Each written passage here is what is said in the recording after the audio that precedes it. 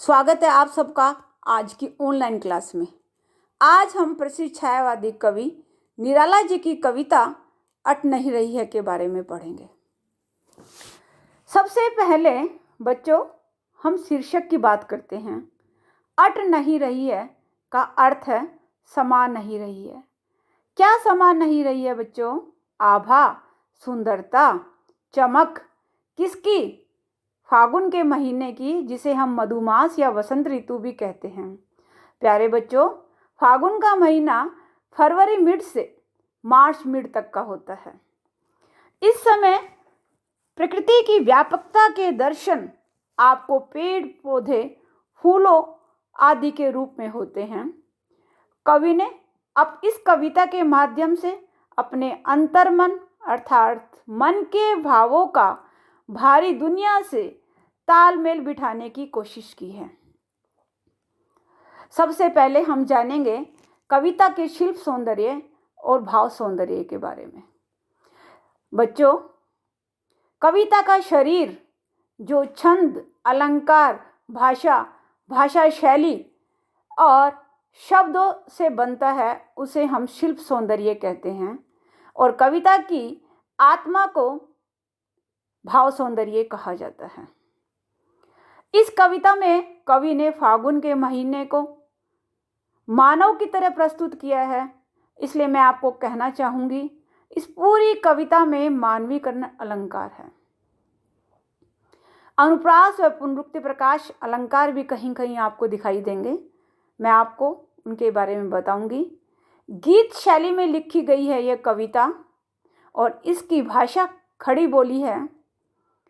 कवि ने मुक्तक छंद का प्रयोग किया है जो इनका प्रिय छंद है।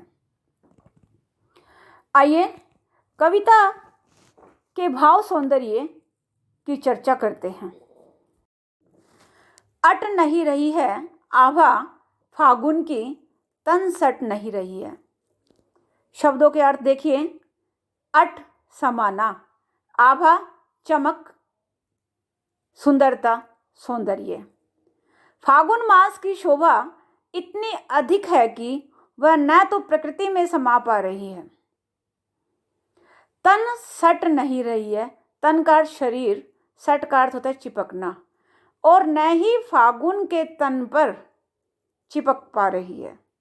अर्थात फागुन मास की शोभा चारों ओर इतनी फैली हुई है कि न तो प्रकृति में समा पा रही है और न ही फागुन के तन पर।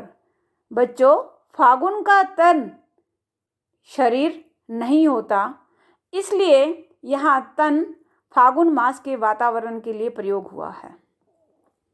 अगली पंक्ति देखिए। कहीं सांस लेते हो, घर घर भर देते हो, उड़ने को नभ में पर पर कर देते हो।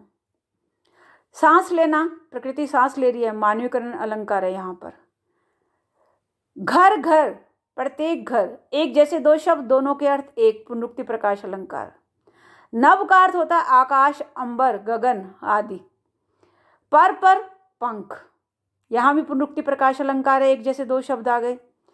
कहीं सांस लेते हो, घर घर भर देते हो। कह रहे हैं कि कवि क्या कह रहे हैं? फागुन मास जब सांस लेता है तो हर घर खुशबू से भर जाता है, चारों ओर सुगंध ही सुगंध फैल जाती है। उड़ने को नभ में पर पर कर देते हो। ऐसा लग रहा है कि चारों ओर रोमांच, उत्साह, खुशियां फैली हुई है, और रोमांच से भरा फागुन कल्पना के पंखों के सहारे आकाश में उड़ने को तैयार है। कवि कह रहा है कि फागुन का महीना भी रोमांचित हो उठा है, खुश हो गया है, और ऐसा लग रहा है कि उसको कल्पना के पंख लग गए हों और वह आकाश में उड़ना चाह रहा है। अगली पंक्ति देखिए। आँख उठाता हूं तो हट नहीं रही है।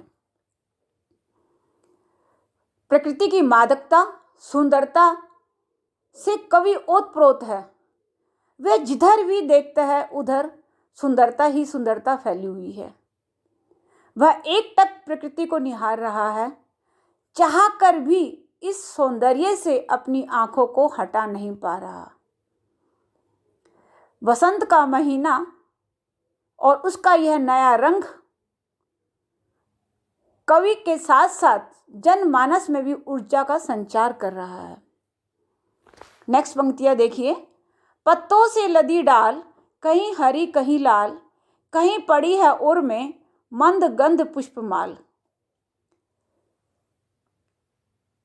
उर मीन्स क्या होता है? हृदय, दिल। मंद धीमी, गंध खुशबू, पुष्पमाला पुष्पमाल समझ के पुष्पों की माला।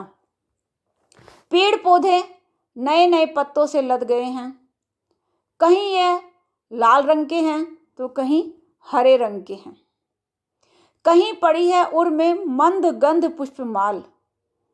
और पेड़ पौधों पर खिले फूलों को देखकर ऐसा लग रहा है जैसे इन्होंने अपने गले में भीनी भीनी खुशबू देने वाली माला लटका रखी हो। इसका दूसरा अर्थ बच्चों यह भी हो सकता है कि प्रकृति की देवी ने धीमी धीमी खुशबू वाली सुगंध से परिपूर्ण फूलों की माला पहन रखी है। पाट पाट शोभा श्री पट नहीं रही है। पाट पाट का अर्थ क्या होता है? जगह जगह। शोभा श्री का अर्थ क्या हुआ? सौंदर्य से भरा होना। और शोभा श्री में अनुप्रास अलंकार है, एक जैसे दो वर्णों की आवृत्ति हुई, इस कारण से अनुप्रास अलंकार हुआ। पाट पाट पुनरुक्ति प्रकाश अलंकार, हर जगह पर, पटना वही समाना। इस सुंदरता का कोई और छोर नजर नहीं आ रहा, इसलिए कवि कह रहा है कि फागुन मास की सुंदरता हर जगह पर विद्यमान है, हर जगह पर फैली हुई है।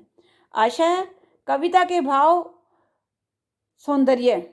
भाव सौंदर्य आपको अच्छे से समझ आ गया होगा।